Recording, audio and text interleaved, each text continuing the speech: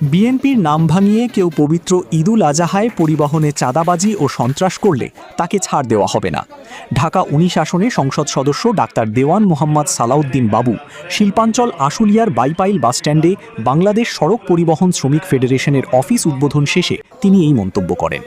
তিনি আরও বলেন, প্রধানমন্ত্রী তারেক রহমানের ঘোষণা, কোনো চাঁদাবাজি সন্ত্রাস চলবে না, কোনো অন্যায়কারীকে প্রশ্রয় দেওয়া হবে না।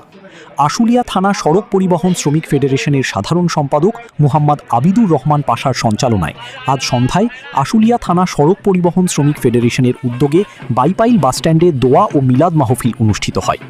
এ সময় উদ্বোধন অনুষ্ঠানে প্রধান বক্তা হিসেবে উপস্থিত ছিলেন হুমায়ুন কবির খান, কেন্দ্রীয় বিএনপির শ্রম বিষয়ক সহসম্পাদক। বিশেষ বক্তা হিসেবে উপস্থিত ছিলেন মোহাম্মদ আবাস উদ্দিন, সভাপতি, কেন্দ্রীয় কমিটি, বাংলাদেশ সড়ক পরিবহন শ্রমিক ফেডারেশন। ঢাকা জেলা যুবদলের যুগ্ম সাধারণ সম্পাদক জাহাঙ্গীর আলম মণ্ডল, আব্দুর রহিম বক্স দুধু, আশুলিয়া থানা শ্রমিক দলের সাধারণ সম্পাদক রবিউল ইসলাম সহ বাংলাদেশ সড়ক পরিবহন শ্রমিক ফেডারেশন ও আশুলিয়া টার্মিনাল কমিটির নেতাকর্মীরা উপস্থিত ছিলেন। আওয়ামী লীগের সময় যেভাবে চলেছে এই জিনিস এখন করতে বলে তুমি হারিয়ে যাও, পদের থেকে হারিয়ে যাবো, দল থেকে হারিয়ে যাবো।